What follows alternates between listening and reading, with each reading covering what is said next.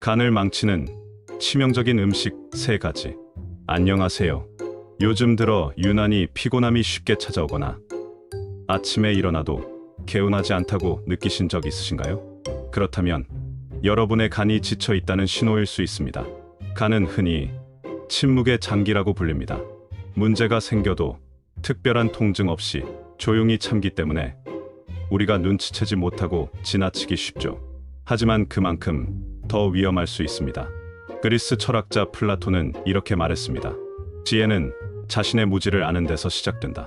오늘 영상에서 나오는 음식들을 무심코 먹고 있었다면 이제는 그 사실을 아는 것만으로도 건강을 지키는 첫걸음이 될 수 있습니다. 오늘은 우리 간을 조용히 하지만 분명하게 망가뜨리는 음식 3가지를 소개해 드리겠습니다. 아마 여러분도 모르게 자주 드시고 계실 수 있습니다. 특히 중장년층, 노년층에게는 더욱 치명적일 수 있으니 오늘만큼은 꼭 끝까지 들어주세요. 첫 번째는 설탕입니다. 달콤한 맛은 우리 입을 행복하게 하지만 간은 울고 있다고 해도 과언이 아닙니다. 설탕이 몸 안에 들어오면 필요한 만큼은 에너지로 쓰이고 남은 당분은 지방으로 바뀌어 간에 쌓이게 됩니다. 바로 그게 지방간의 시작이죠. 요즘은 술을 마시지 않아도 지방간에 걸리는 분들이 정말 많습니다. 비알코올성 지방간이라고 부르는데요. 초기에는 별다른 증상이 없어서 대수롭지 않게 여기기 쉽지만 방치하면 간경화, 심하면 간암까지 이어질 수 있는 무서운 병입니다. 실제로 70대 김 어르신의 경우 건강을 생각해서 아침마다 과일 주스와 요구르트를 챙겨 드셨다고 합니다. 간식으로는 꿀사탕이나 젤리 같은 달달한 걸 입에 물고 계시는 일이 많았죠. 술은 입에 대지도 않으셨는데 건강검진에서 지방간이 심하다는 이야기를 들으셨습니다. 그때 처음으로 설탕이 간에 그렇게 나쁜 거였어? 하고 놀라셨다고 해요. 프리드리히 니체는 이런 말을 했습니다. 우리는 습관이라는 감옥에 갇혀 있다. 당을 찾는 습관도 마찬가지입니다. 자신을 위해 단맛과 거리를 두는 습관을 새롭게 만들어야 합니다. 과일잼이나 케이크, 아이스크림 같은 디저트류는 물론이고 과일 주스나 시중 요구르트에도 당이 아주 많이 들어 있습니다. 무가당이라고 써 있어도 천연 당분이 높은 경우가 많으니 주의가 필요하죠. 입이 심심할 땐 견과류나 방울토마토, 당이 적은 오이 같은 채소를 대신 드셔보시고 음료는 물이나 보리차로 바꾸는 게 좋습니다. 디저트는 꼭 먹고 싶다면 하루에 한 번 정말 소량만 드시는 걸 추천드립니다. 우리 몸은 간이 건강해야 활력이 도는 법입니다. 오늘부터 달콤한 유혹과 거리를 조금 두어보는 건 어떨까요? 두 번째는 가공육입니다. 소시지, 햄, 베이컨처럼 가공된 고기류는 맛도 좋고 조리도 간편해서 아침 식사나 간식으로 자주 찾게 되는 음식들이죠. 하지만 이 가공육에는 나트륨과 방부제, 각종 첨가물이 들어있어서 간의 해독 기능을 떨어뜨리는 원인이 될 수 있습니다. 또한 포화지방과 콜레스테롤도 많아서 간뿐만 아니라 전반적인 건강에도 부담을 주게 되죠. 75세 이 어르신은 건강을 위해 단백질을 챙기신다는 생각에 아침마다 식빵에 햄을 올려 먹는 습관을 들이셨습니다. 전자레인지에 돌리기만 하면 되니까 참 편했죠. 그런데 어느 날부터 소화가 잘 안 되고 몸이 무거워서 검사를 받아보셨더니 간 수치가 정상이 아니란 소견을 받았습니다. 고기인데 뭐가 나빠? 하셨지만 실은 그 고기 속의 간을 지치게 만드는 성분들이 숨어 있었던 겁니다.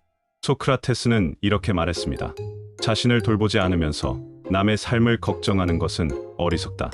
우리는 가족의 건강을 위해 음식을 준비하지만 그보다 먼저 나 자신을 위한 식단을 돌아봐야 할 때입니다.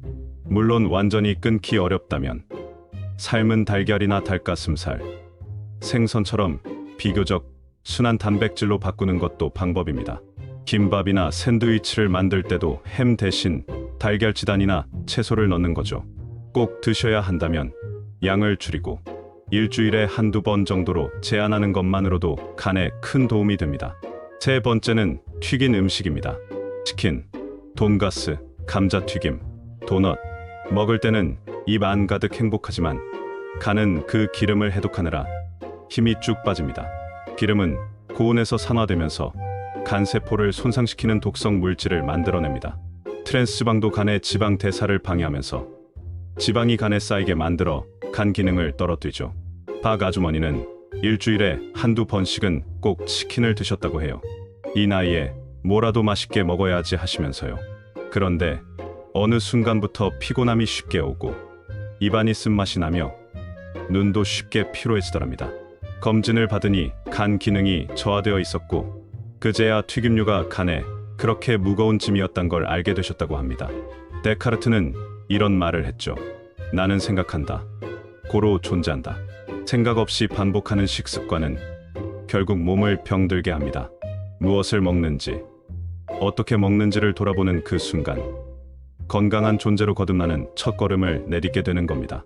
만약 평소보다 쉽게 피곤하고 입이 텁텁하거나 피부가 거칠어지고 소화가 더디게 되는 느낌이 든다면 간이 지쳐 있다는 신호일 수 있습니다. 기름진 음식은 줄이고 대신 에어프라이어나 오븐을 활용해 보세요. 튀기기보단 굽거나 찐 요리를 선택하는 게 좋습니다. 마늘, 양파, 브로콜리처럼 간 해독을 도와주는 채소와 함께 드시면 더 좋겠죠. 어느덧 벌써 마무리할 시간이 되었습니다. 간은 하루하루 우리가 먹는 음식을 모두 기억하고 해독하고 정리하는 수고로운 일을 묵묵히 해내는 장기입니다. 그래서 우리가 조금만 신경 써도 간은 금세 다시 건강해질 수 있습니다. 오늘 말씀드린 3가지 설탕, 가공육, 튀김류 이것들만 줄여도 간은 훨씬 덜 지치고 몸과 마음도 가볍고 생기 있게 변할 수 있습니다.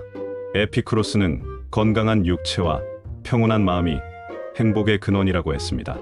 우리의 식탁 위에서 시작된 변화가 몸의 건강과 마음의 평온을 함께 가져올 수 있다는 말이죠. 건강은 결코 멀리 있는 것이 아닙니다. 바로 지금 우리의 식탁 위에서 시작됩니다. 오늘 영상이 도움이 되셨다면 좋아요와 구독 꼭 부탁드리고요. 여러분이 간 건강을 위해 실천하고 계신 작은 습관들도 댓글로 나눠주시면 많은 분들에게 힘이 될 거예요. 다음 영상에서 더 건강한 이야기로 찾아뵙겠습니다. 오늘도 시청해 주셔서 감사합니다. 사랑합니다.